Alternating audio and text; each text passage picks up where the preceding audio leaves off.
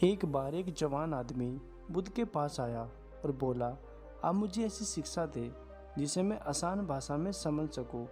बुद्ध ने उस आदमी से पूछा, क्या तुम्हारा कोई बेटा है? आदमी ने कहा, हाँ, मेरा बेटा है। बुद्ध ने फिर पूछा, क्या तुम्हारे भाई का कोई बेटा है? आदमी ने कहा, हाँ, मेरे भाई का भी बेटा है। बुद्ध ने फिर पूछा, क्या तुम्हारे पड़ोसी का भी कोई बेटा है? आदमी ने कहा, हाँ, मेरे पड़ोसी का भी बेटा है।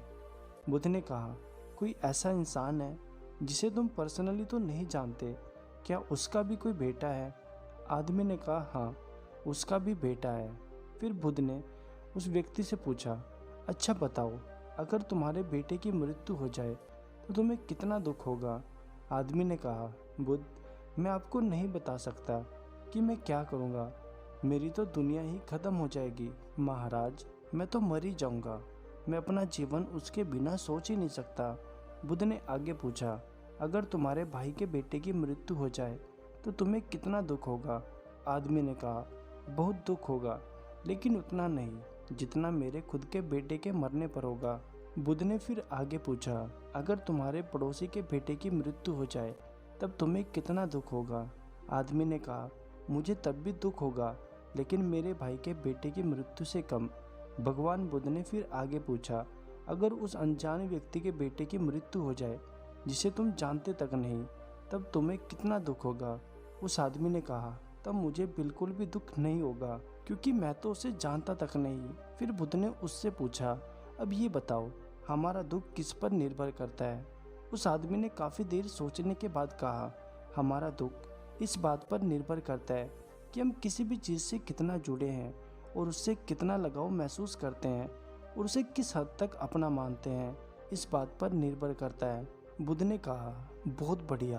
बुद्ध ने फिर उस आदमी से पूछा, अच्छा, अगर तुम अपने बेटे को समुद्र के किनारे ले जाओ तो क्या वह रेत से नहीं खेलेगा? आदमी ने कहा, हाँ, वह बिल्कुल खेलेगा। बुद्ध ने फिर पूछा, अगर समुद्र से आने वाली लहरें तुम्हारे बेटे के बनाए घर को तोड़ देगी तो क्या वह रोएगा?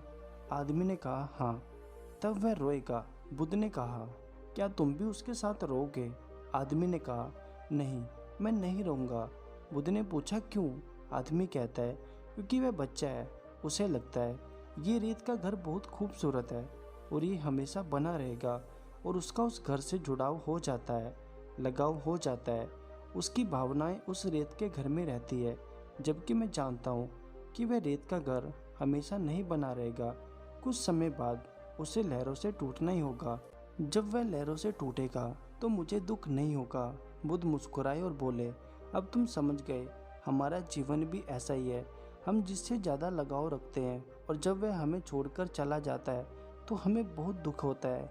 इसलिए अपने जीवन में अकेला रहना सीख लो और यही एक जीवन का सत्य है। हमें एक दिन अकेला रहना ही पड़ेगा।